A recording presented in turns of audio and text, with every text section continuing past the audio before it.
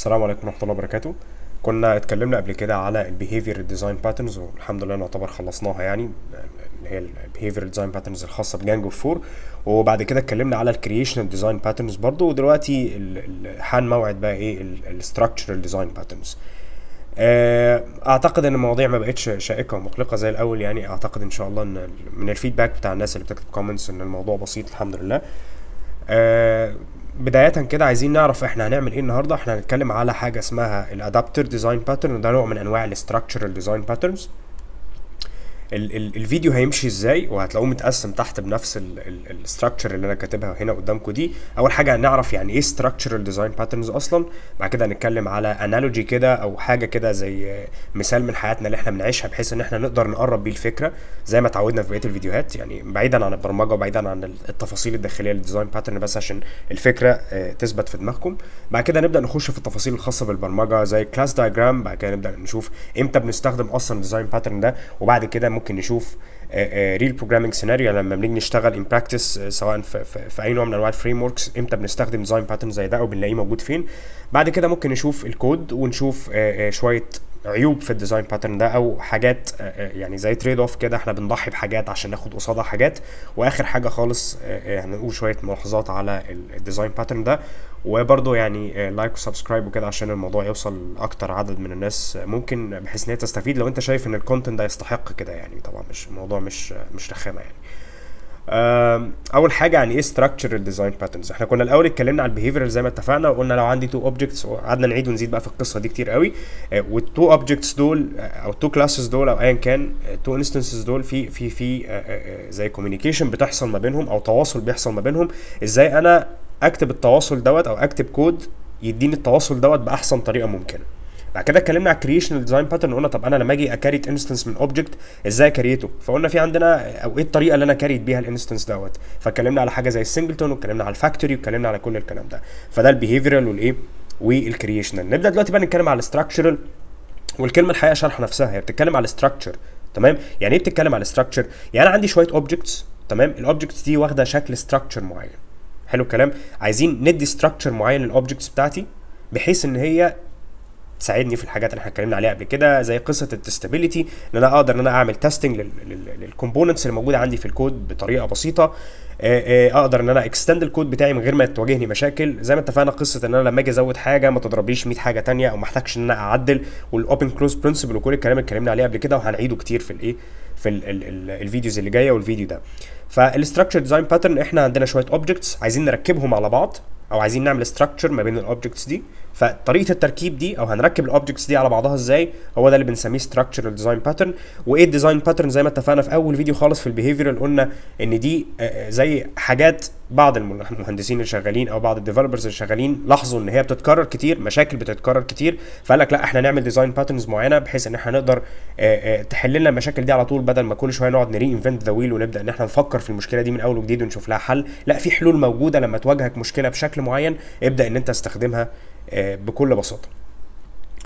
نبدا دلوقتي نتكلم على المثال اللي هو بعيد عن البرمجه شويه، بس حاجه احنا مثلا ممكن نكون بنعيشها، يعني بحيث ان هي تربط بس الفكره في دماغنا. كلمه ادابتر جايه من كلمه ادابتابيليتي، او ان انت تادابت او ان انت تتاقلم او تتكيف مع البيئه اللي موجوده حواليك. فنفترض ان الشخص دوت مثلا كده بيروح الشغل بتاعه كل يوم. هو نفس الشخص لازم كل يوم يروح الشغل، ولازم ان هو في الاخر يتم الحاجات اللي وراه في الشغل بتاعه، وبعد كده بيخلص شغله ويروح والدنيا تمام. فهو دايما متعود ان هو البلد اللي هو عايش فيها مثلا بلد مشمسه يعني، او بلد الجو فيها حر بشكل او باخر. وبالتالي ده الجو اللي موجود حواليه، الجو الموجود حواليه اللي الشخص ده متعود عليه، هو متعود على الجو المشمس. تمام، وبالتالي كل يوم بينزل بيلاقي الجو مشمس، تمام، الدنيا تمام، لابس هو نص كم والدنيا مظبوطه، يروح الشركه بتاعته، بعد كده يخلص الشغل بتاعه، بعد كده ايه يروح. تمام، الشغل بيمشي يعني مفيش اي مشاكل. فلنفترض ان الشركه دي مثلا نقلت المقر بتاعها لدولة تانية، والشخص ده اضطر ان هو يسافر، ولكن الدولة التانية دي بقى فيها الجو مختلف عن الدولة الأولانية. الدولة الأولانية كانت مشمسة، الدولة الجديدة دي خلينا نفترض ان هي دولة كلاودي مثلا، او ما فيهاش شمس، او دولة ساقعة، او ايا كان. وبالتالي الشخص دوت هو اللي كان متعود على الجو المشمس، هو محتاج دلوقتي ادابت في البيئه الجديده اللي بقت موجوده اللي الشركه فرضتها عليه، لان بشكل او باخر هو ما قداموش غير اكل عيشه، هو ما ينفعش ان هو يسيب اكل عيشه. وبالتالي الراجل دوت محتاج ان هو ايه، محتاج ان هو ادابت، محتاج ان هو يتاقلم مع البيئه الجديده بحيث ان هو يقدر بكل بساطه يكمل شغله ويروح شغله والدنيا تبقى ماشيه من غير اي مشاكل. برضو لو الشركه نقلت مكانها المره الثالثه في جو فيه مطره، فالجو اللي فيه مطره برضو ما ينفعش يلبس نفس النص كم ويروح، ساعتها ممكن يحصل له مثلا ان هو هدومه تتبل او اللابتوب بتاعه يبوظ او ايا كان او كده. فهو محتاج برضو يتاقلم او يادابت للجو الجديد اللي بقى موجود، تمام، بحيث ان هو يقدر يروح الشغل ويقدر يكمل شغله والدنيا تمشي وما يبقاش فيه اي نوع من انواع المشاكل دي. كده الايه الملخص بتاع الانالوجي اللي احنا قلناها دي، او الريل لايف سيناريو، او الحاجه اللي احنا ممكن نكون بنعيشها في حياتنا. يعني الملخص ان انت محتاج ان انت تادابت. يعني ايه محتاج ان انت تادابت؟ يعني انت في متغيرات بتحصل حواليك بشكل او باخر، وانت محتاج ان انت تادابت او تتاقلم مع هذه المتغيرات بحيث ان انت ايه في الاخر توصل لان انت تقدر ان انت تتم شغلك بكل بساطه من غير ما تواجهك اي مشاكل. يبقى احنا ايه اتكلمنا لحد دلوقتي على مثال، المثال دوت بكل بساطه بيقول لي ازاي إن انا في ظروف بتمر بيك او ظروف انت بتمر بيها بتحتاج ان انت تادابت عشان تقدر تكمل شغلك وتقدر الدنيا تمشي. فده كده ايه المثال الواقعي. نبدا نخش بقى في مثال ايه، مثال برمجي اكتر خاص بالموضوع ده. تلخيصا برضو سريع كده للموضوع، لو احنا اتكلمنا هنا على الشخص ده، فنفترض ان اسمه احمد مثلا، الموظف ده او الديفلوبر ده وايا كان، زائد الجو المشمس، بيروح الشغل والدنيا بتمشي مفيش اي مشكله. تمام، انا بحاول بس اربط الموضوع في دماغكم بس عشان ايه يبقى فيه كده زي بيز اقدر ان انا ابني عليه الكونسبتس اللي انا هتكلم عليها ايه خلال الفيديو ده والفيديوز اللي جايه. طيب لو عندنا نفس احمد دوت بس الانفايرمنت اللي حواليه اتغيرت، تمام، او الجو اللي هو متعود عليه اتغير، ساعتها ايه، ساعتها هيوصل الشغل وهو مبلول، وساعتها مش هيقدر يتم الشغل وده هيبقى فيه مشكله. تمام، فايه الحل لحاجه زي كده؟ بكل بساطه في المثال العملي اللي احنا اتكلمنا عليه، ان انا اجيب احمد ده زي ما هو كده، تمام، وابدا ان انا اجيب له جاكيت او رابر، حاجه هتغطيه، تمام. لما الحاجه دي هتغطيه هتخليه او هتساعده ان هو ايه، ان هو ينفذ الحاجه اللي احنا اتكلمنا عليها من شويه وهي الادابتابيلتي. يعني انا هادابت ازاي اتاقلم مع المتغيرات اللي حصلت، ازاي اتاقلم مع الحاجه الجديده عشان اروح واكمل شغلي ودنيتي تبقى مظبوطه وما فيهاش اي مشاكل. هبقى محتاج ان انا البس جاكيت او البس رابر، حاجه كده تغطيني بحيث ان انا اقدر اتاقلم مع الجو الجديد. تمام، تأقلمت مع الجو الجديد ولبست الجاكيت والدنيا مطرت، مفيش اي مشكله، رحت الشغل بتاعي واتميت الشغل بتاعي ومفيش اي مشاكل. طيب لما نيجي نبص على الكلام دوت من ناحيه البرمجه، ممكن نقول حاجه بسيطه جدا. دلوقتي لو انا عندي حاجه قديمه، عندي كومبوننت متعود على انترفيس قديم، تمام، والانترفيس دوت موجود والشركه شغاله في المقر القديم دوت ومفيش اي مشكله، ساعتها ايه، ساعتها الشغل بيمشي عادي مبقاش فيه اي مشكله. انا عندي شويه كومبوننتس او شويه كلاسز بتimplement انترفيس معين، الانترفيس المعين دوت كده كلاينت عارف يتكلم معاه، وهنفهم يعني التفاصيل دي. انا بس بحاول اول حاجه هاي ليفل كده، بعد كده نخش في التفاصيل دي مع بعض. الدنيا بتبقى ماشيه تمام ومفيش اي مشكله. حصل تغير، بقى في انترفيس جديد المفروض ان احنا نشتغل معاه، الكلاينت المفروض يشتغل مع انترفيس جديد، وانا لسه عندي اولد كومبوننتس محتاجه ان هي تادابت مع الانترفيس الجديد. يبقى الكلاينت دلوقتي اتطلب منه ان هو والله انت دلوقتي المفروض ككود، الكود اللي انت بتكتبه المفروض ان انت هتبدا تستخدم انترفيس جديد. ماشي، ايه بيحصل امتى الكلام ده؟ بيحصل في مواقف كتيره جدا. مثلا انت بتتعامل مع حاجه ثيرد بارتي، والحاجه الثيرد بارتي دي كانت بتقول لك لما تعوز تتكلم معايا كلمني ايه بالفانكشنز المعينه دي او الميثودز المعينه دي، تمام. الحاجه دي اتغيرت، حصل ابديت، حصل اي حاجه، فانت الكلاينت بتاعك بقى محتاج ان هو ايه، محتاج ان هو يتواصل عن طريق الانترفيس الجديد او يبدا ان هو يكول الميثودز او الفانكشنز بتاعت الانترفيس الجديد، تمام. فاحنا ازاي نخلي الكومبوننتس اللي موجوده عندنا قبل كده في الكود، تمام، اللي هي كانت بتسبورت الانترفيس القديم، تفضل زي ما هي من غير ما انا اقعد اعدل فيها، بس كل اللي هعمله اخليها تادابت مع الانترفيس الجديد، اخليها تقدر تشتغل مع الانترفيس الجديد. نفس قصه الجاكيت، انا عندي الشخص اللي هو احمد ده كان الكومبوننت، جبت له رابر اللي هو جاكيت يغطيه بحيث ان هو يقدر ايه يتواصل مع البيئه الجديده ويبدا ان هو يعرف يشوف شغله في البيئه الجديده. نفس القصه هنا بالظبط، انا عندي كومبوننتس بتimplement انترفيس قديم وظهر لي انترفيس جديد المفروض ان انا اشتغل عليه، همسك الكومبوننتس دي احط عليها جاكيت او رابر بحيث ان هي تقدر ان هي تشتغل مع الايه، مع الانترفيس الجديد بكل بساطه، وتفضل الكومبوننتس بتاعتي زي ما هي، انا ما عدلتش فيها اي حاجه، يا دوبك بس ضفت عليها جاكيت جديد. ماشي، يبقى انا اكني عملت اكستند، يعني عملت حاجه، زودت حاجه، مش عدلت في حاجه قديمه.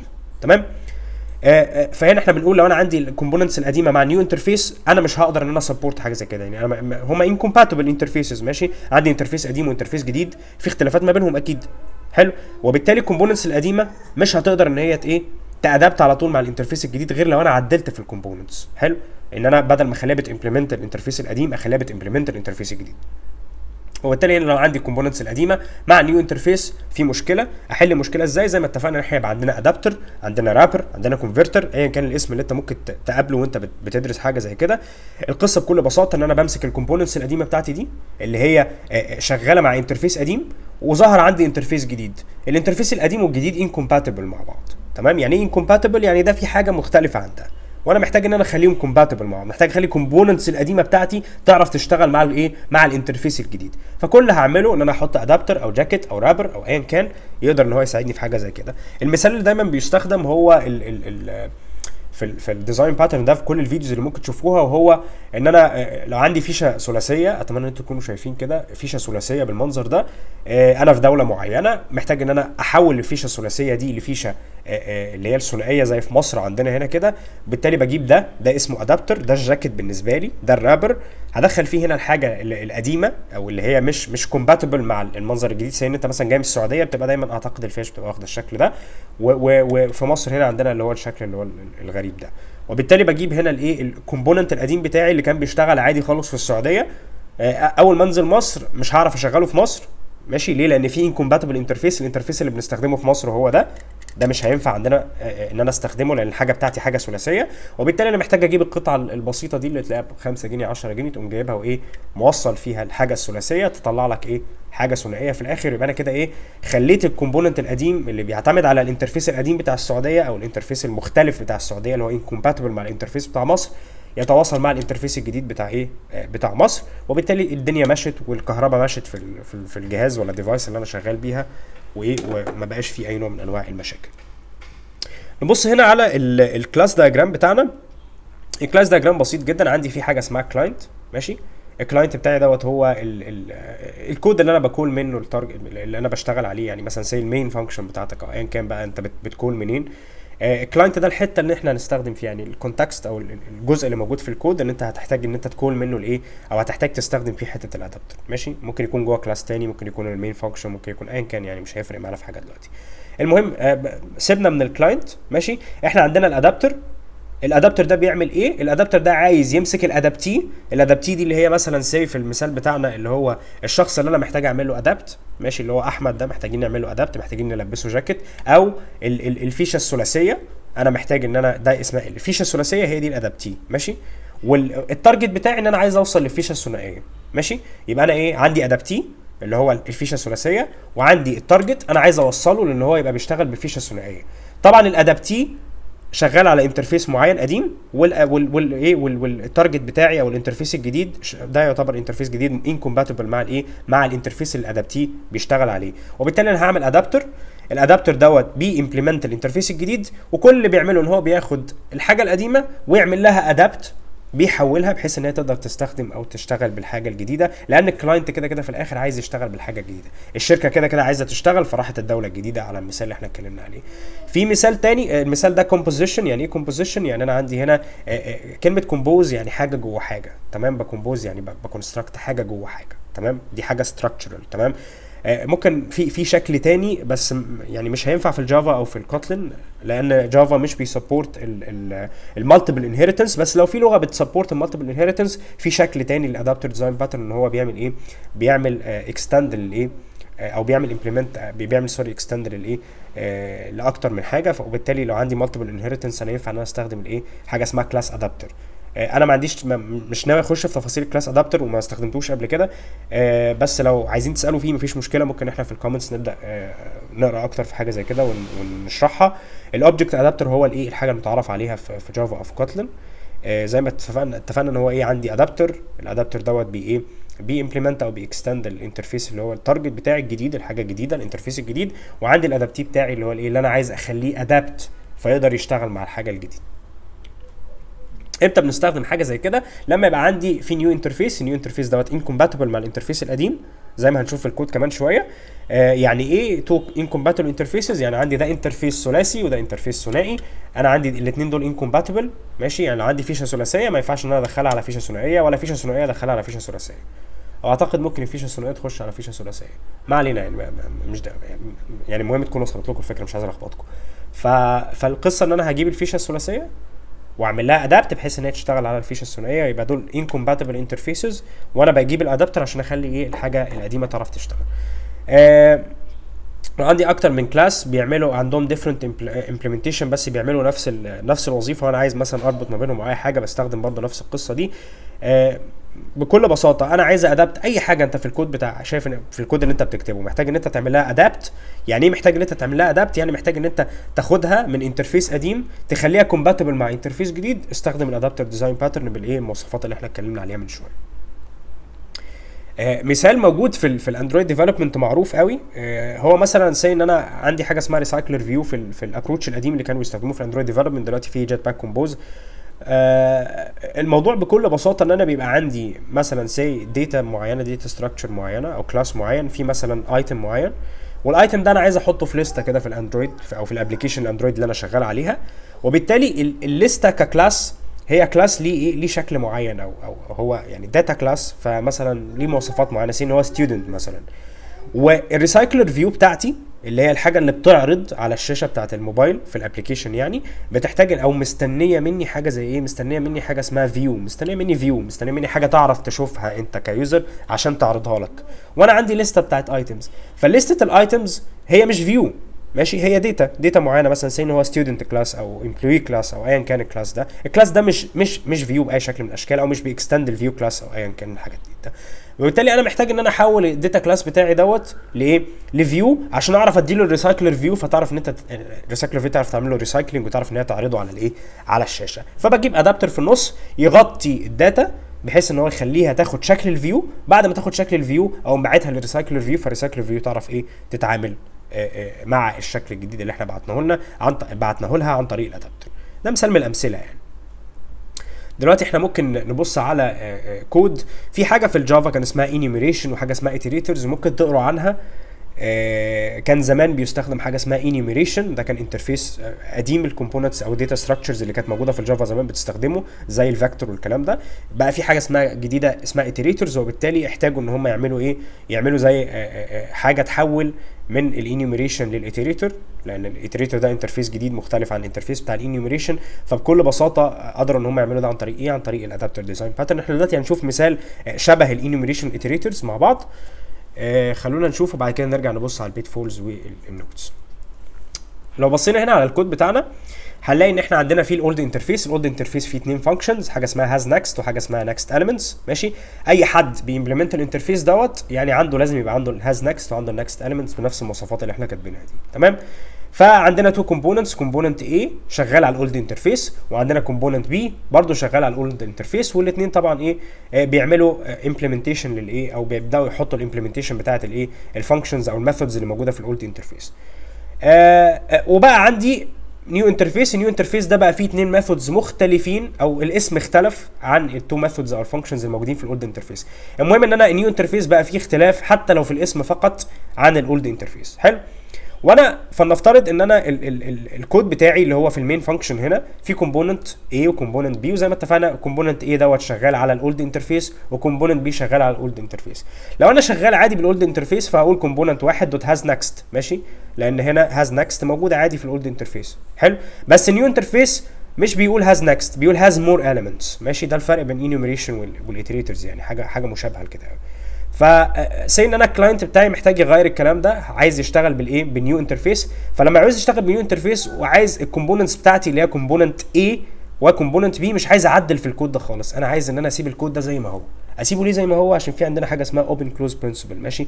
انا اوبن فور اكستنشن، انا ممكن ازود حاجه بس كلوزد فور موديفيكيشن. انا مش عايز اعدل في الكلاسز دي. ليه؟ لو عدلت في الكلاسز دي اللي هيحصل ممكن لو انت شغال في بروجكت كبير شويه يضرب معاك 100,000 حته ثانيه، وبالتالي تلاقي نفسك طلعت باجز بالعبيط ومش هتعرف ان انت تحلها.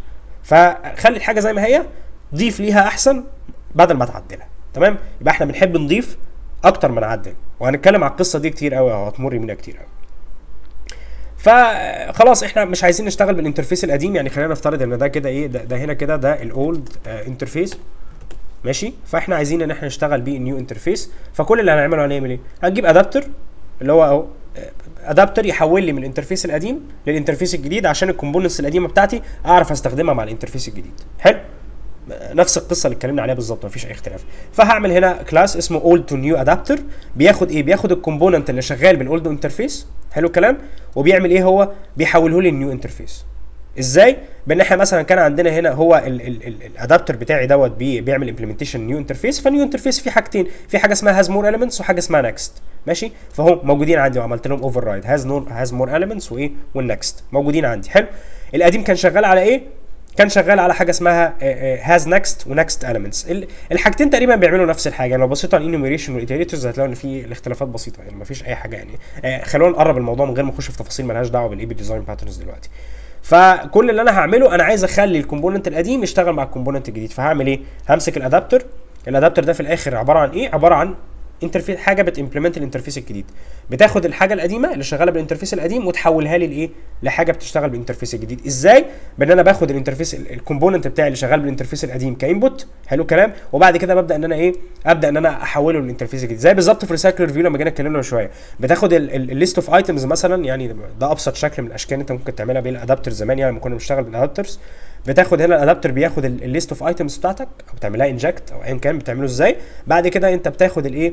بتبقى بتكستند الريسايكلر فيو بحيث ان انت تاخد الريسايكلر فيو عايزه منك ايه؟ تمسك الليست اوف داتا دي تقوم حاططها في فيو هولدرز وتحولها لحاجه ايه؟ عباره عن فيو. بس نفس القصه بالظبط، عشان حاجه ايه؟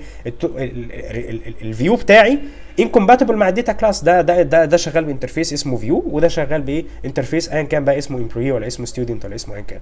انا عايز الستودنت ده يبقى ياخد شكل فيو معين، فهو عامل ادابتر ياخد الستودنت ده يحوله لي لفيو. ده اللي بيحصل في الريسايكل فيو بكل بساطه. فهنا هنعمل ايه؟ عندنا الفانكشنز الجديده اللي هي هاز مور اليمنتس والنكست، ده الشكل الجديد اللي الكلاينت بيكسبكت ان هو يتعامل معاه، واحنا عايزين الكومبوننتس القديمه ما نعدلش فيها. فنعمل ايه؟ خلاص اخذنا الكومبوننت القديم نقول والله هاز مور اليمنتس هي هاز نكست، تمام. فممكن هنا تحط اي ايه؟ ممكن تحط اي امبلمنتيشن يعني، بس ده مثال للتبسيط يعني. المهم ان انت هنا بتحول من الحاجه القديمه للحاجه الجديده، ولو في حاجه زياده مش موجوده في الحاجه القديمه لازم تريز اكسبشن ماشي، تقول الحاجه دي مش سبورتد.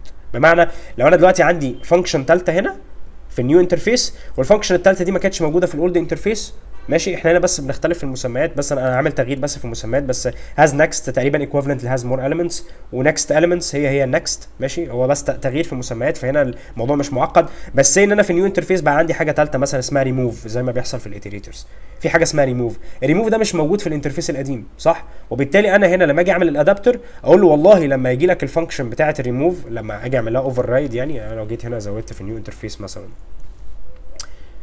خلونا نجيب هنا ونعمل فانكشن مثلا اسمها ريموف ونعمل كده، دي ما بتعملش اي حاجه، فهاجي هنا ومزود الايه؟ مزود الريموف دي. فلما اجي ازود الريموف هنا انا المفروض ان انا هنا ايه؟ اريز اكسبشن ماشي. المفروض الفانكشن دي تريز اكسبشن لان انا الاولد انترفيس ما فيهوش حاجه اسمها ريموف اصلا، وبالتالي لما اجي انا اخد كومبوننت قديمه، الكومبوننت القديمه مش بتسبورت ده، ودي مشكله من مشاكل الديزاين باترن ده يعني. فخلونا نرجع بس تاني عشان ما نلخبطش الدنيا. فاللي حصل هنا ان انا باخد الكومبوننت هاز نكست اللي هو الحاجه القديمه، عملت لها كول، والايه نفس الكلام مع النكست خليتها نكست اليمنتس. وبالتالي لما الكلاينت بتاعي يجي يتعامل مع الكلام ده هيمسك الادابتر ده بالنسبه له هو عباره عن ايه؟ لو جينا نعمل الت انتر هنا وقلنا له ايه؟ سبيسيفاي تايب اكسبليسيتلي، فهتلاقي ان هو التايب بتاعه ايه؟ ممكن احنا نقول عليه نيو انترفيس مفيش مشكله، او اولد تو نيو ادابتر، ده التايب ماشي. هو بيمبلمنت النيو انترفيس، فانا يعني بالمبدا بتاع البوليمورفيزم انا ممكن انا ايه؟ اشتغل معاه على انه نيو انترفيس.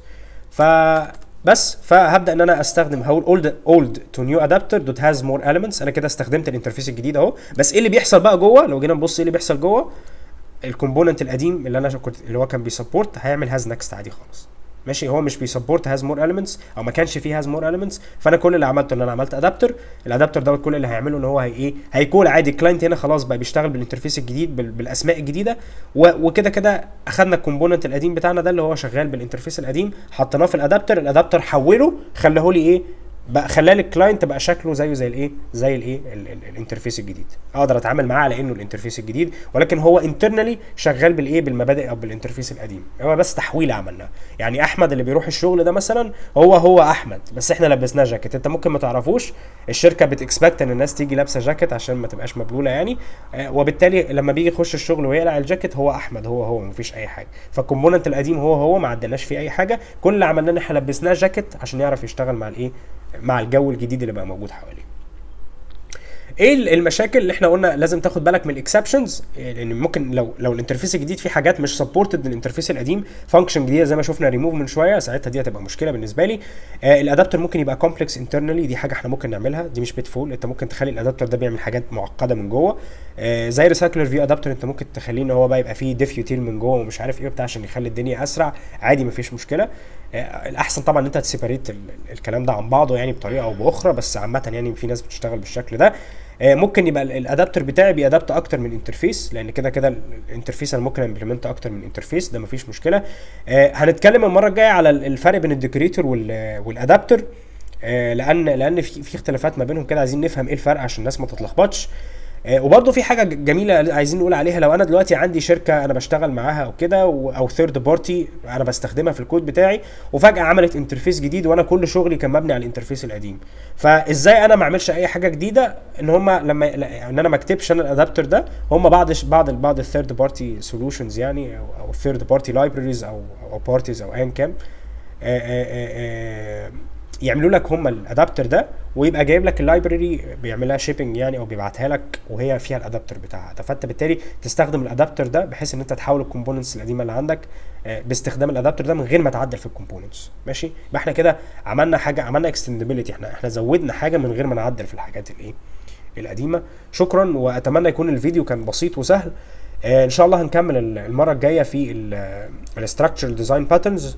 اتمنى لو عندكم اي اقتراحات او شايفين ان في اي نوع من انواع الحاجه اللي ما اتشرحتش باحسن طريقه او كان فيها اي نوع من انواع الاخطاء، يعني انا اوبن لان انا اسمع الكلام دوت واحسن من الكونتنت، واتمنى تكونوا استفدتوا، وشكرا جدا والسلام عليكم ورحمه الله.